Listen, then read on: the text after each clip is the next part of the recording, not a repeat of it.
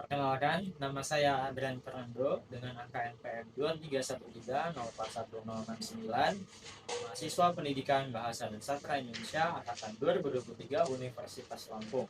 Pada video kali ini saya akan mempraktikkan keterampilan mengelola kelas mata kuliah pembelajaran mikro BSI. Selamat menyaksikan. Assalamualaikum. Selamat pagi. Kok belum banget ya ini kelasnya? Hidupin Bapak sama Iya. email. Tuh, kan kelihatan muka-muka cantiknya semua. Oke, depan nih. Novita itu apa di atas mejanya? Habis makan Bapak. Coba buang dulu sampahnya, buang. Iya Bapak. Kita mau belajar, kita harus Iya, menciptakan Bapak. ciptakan suasana kelas yang nyaman, yang bersih. Ya, sabar, kita tunggu Novita buang sampahnya ya. Sudah? Iya Bapak. Itu tasnya dicopot Novita. Iya Bapak. Jangan pakai tas kayak mau kondangan kita. Jangan kelas. Oke, udah ya. Oke. Hari ini siapa yang nggak masuk? Nihil? Iya Bapak. Nihil ya, masuk semua ya. Oke. Oh, Nihil yang nggak masuk. Nihil itu artinya masuk semua. Oke, udah. Kenapa ada yang Bapak ini main HP. email? Simpan dulu HP-nya, jangan dimainin ya. Oke, sebelum kita mulai pembelajaran, kita alangkah baiknya berdoa dulu. Berdoa menurut agama dan kepercayaan masing-masing. Mulai. Amin. Amin. Berdoa selesai. Oke. Bapak izin diri ya. Iya Bapak. Boleh ya? Kenapa nggak boleh?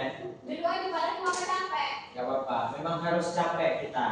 Kalau Bapak jadi kayak politikus. dewan ini, dewan jadi guru. Iya. Semua minta izin. Iya kan?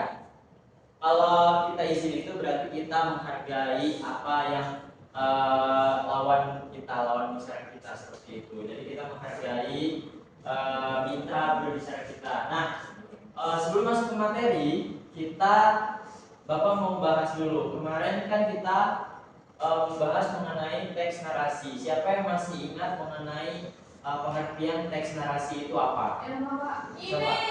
Coba Elma, apa itu teks narasi? Teks narasi itu teks yang bercerita, Pak. Kan narasi itu bercerita. Narasi itu bercerita, kata Elma. Apa? Coba Ina mau berpendapat mengenai teks narasi? Teks narasi adalah teks yang menceritakan pengalaman Pak. Yang sudah pernah dialami. Menceritakan pengalaman, kata email. Oke, tepuk tangan dong untuk Elma dan kelas kembali materi sebelumnya. Nah, jadi benar semua yang dibilang sama email dan Elma itu. Teks narasi itu adalah teks yang bercerita. Jadi Bapak lengkapi sedikit, yaitu teks narasi adalah teks yang menceritakan sebuah peristiwa sesuai dengan kronologis atau urutan waktunya, seperti itu. Oke, mantap. Berarti anak-anak semua masih ingat apa yang kita pelajari kemarin ya? Iya Bapak. Oke, Novita jangan main HP ya. Iya Bapak. Nah, sekarang kita mau mengenal teks drama. Ada yang udah pernah dengar apa itu drama? Belum? Tahu Pak?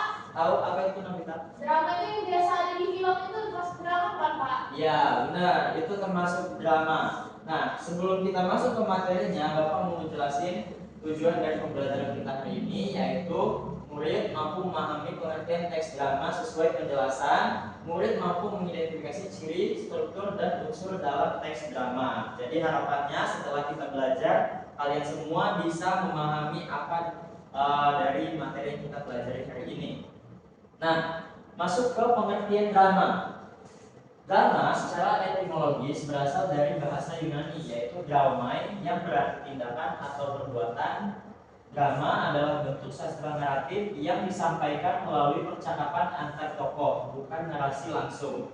Jadi pengertian drama pada secara etimologisnya yaitu berarti tindakan atau perbuatan yang dilakukan oleh seseorang, seperti itu. Misalnya Elma sama Email sedang membuat drama, berarti mereka sedang melakukan sebuah peran seperti itu. Nah, ciri-ciri dari drama ada 4, yaitu yang pertama mengandung dialog, lalu terdiri dari bagian-bagian, adanya tokoh dan konflik, dan narasi pendek serta ringkas. Jadi ini ciri-ciri dari sebuah drama. Kalau kalian melihat seseorang berdialog dan dia ada ciri-cirinya seperti ciri-ciri drama yang dijelaskan seperti di depan ini, berarti itu termasuk drama. Lalu ada struktur teks drama. Yang pertama ada prolog. Prolog itu merupakan pembukaan cerita atau pengantar latar. Lalu ada dialog, yaitu interaksi antar tokoh. Anak-anak kalau mau mencatat silahkan dicatat juga ya. Iya, Pak. Lalu ada aksi, gerakan atau ekspresi dari aktor-aktornya. Dan epilog, yaitu penutup cerita, bisa berupa pesan moral dan sebagainya.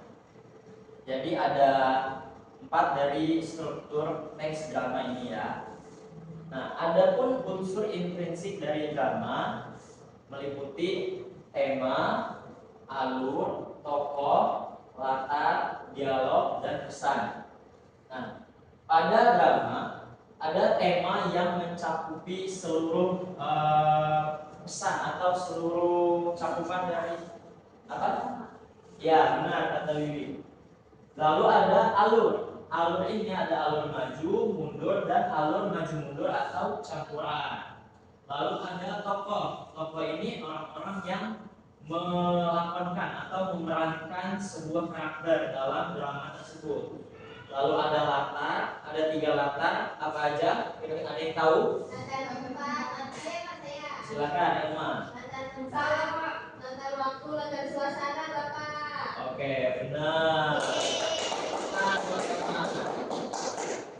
Ada 3 latar ya, latar tempat, latar waktu, dan latar suasana. Lalu ada dialog. Dialog ini percakapan antara 2 orang atau lebih, dan ada pesan di dalam drama tersebut. Nah, itu merupakan unsur intrinsik dari drama. Ada pula unsur ekstrinsik dari drama, yaitu ada latar belakang penulis, yang berarti bisa jadi mengapa penulis tersebut membuat teks drama seperti ini, karena ada latar belakang dari dirinya. Lalu ada nilai-nilai dalam cerita drama tersebut, dan ada kondisi sosial budaya yang melatar belakanginya. Selanjutnya ada jenis-jenis drama. Boleh dibaca, Merliana? Jenis drama yang pertama melodrama, yang kedua tragedi, yang ketiga komedi, yang keempat komedi, dan yang kelima opera. Oke, jadi ada banyak ya jenis-jenis drama di sini. Mungkin anak-anak semua bisa memahami lebih lanjutnya lagi nanti di pertemuan selanjutnya. Yang penting kita sudah perkenalan mengenai apa saja jenis-jenis drama yang akan kita pelajari selanjutnya. Nah, untuk pada pertemuan kali ini sudah Bapak perkenalkan apa itu jenis-jenis drama, struktur, ciri, dan unsurnya. Nah, masuk ke langkah menulis drama sederhana.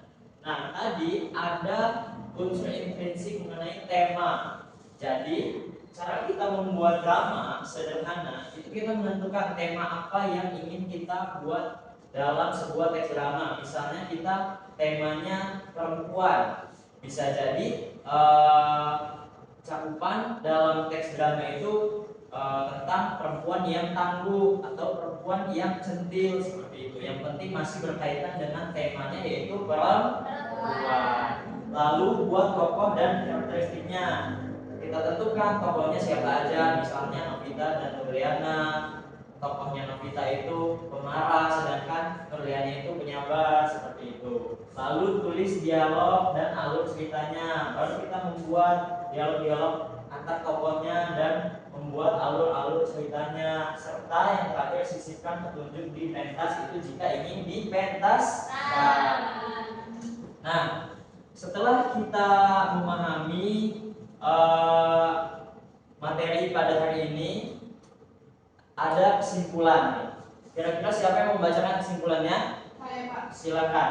Drama adalah karya sastra yang menggambarkan kebutuhan melalui dialog dengan antara tokohnya, serta ditunjukkan untuk dipentaskan di atas panggung.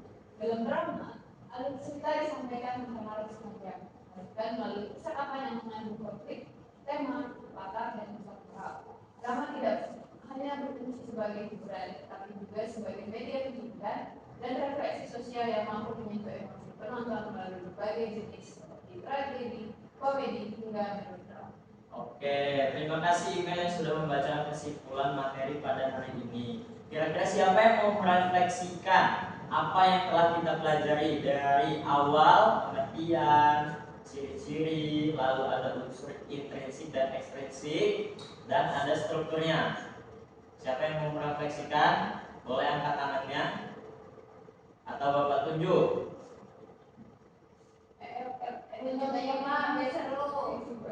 Tunjuk ya. Atau ada yang mau angkat tangan nih? Bapak itu nih kalau nggak ada. 1, 2,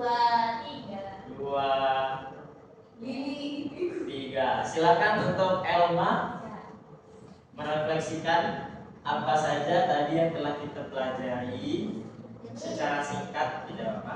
Jadi saya yang paham itu struktur drama, Pak. Ya. Jadi struktur drama itu ada orientasi, prolog, apa? Elma, coba kita lihat lagi Iya, Bapak. Itu strukturnya. Ya. Struktur drama saya belum ya, Pak. Belum ya? Ya. Ya, nggak apa-apa, dibaca aja coba.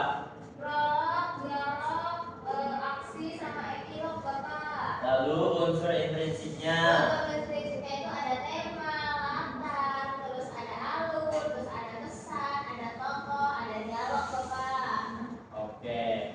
Untuk ekstrinsiknya ada latar belakang penulis. Sama nilai-nilai dalam cerita, terus ada juga kondisi sosial budaya, Pak. Oke, tepuk tangan untuk Elma yang sudah merefleksikan materi kita pada hari ini. Nah, untuk selanjutnya kita Bapak ada tugas untuk kalian. Tugasnya kalian jawab soal-soal yang ada di apa? Ini ada 2. Nah, tugasnya kalian jawab. Iya dong. Apanya? Kecil banget. Ya, nanti di zoom aja biar beda ya. Oke, nah itu tugas bisa kalian jawab di rumah sebagai PR kalian. Dan selanjutnya di pertemuan selanjutnya kita akan membahas mengenai kalimat yang indah. Kira-kira kalimat yang indah itu apa? Bisa kalian puisi kata Novita. Ada lagi yang berpendapat?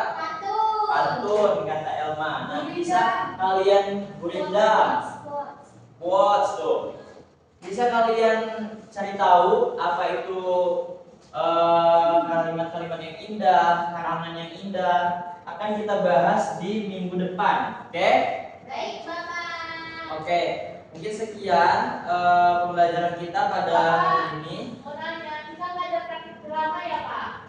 Praktik drama kita lakukan di pertemuan-pertemuan selanjutnya karena Mau uas ya, Bapak? iya benar. Katanya kolek ya, Pak, sama seni budaya. Bisa jadi collab, bisa jadi enggak karena kita Pasti dong, Pak. belum pasti. Bisa kalau nggak collab ya kita sendiri aja mata pelajaran bahasa Indonesia aja, tidak sama seni budaya ya. Oke. Tetap semangat ya untuk belajar bahasa Indonesia, jangan bosan-bosan. Ketemu Bapak akhiri. Wabillahi taufiq wal hidayah. Wassalamualaikum warahmatullahi wabarakatuh. Waalaikumsalam warahmatullahi wabarakatuh. Terima kasih, Bapak. Ya, sampai jumpa. Hati-hati, Bapak.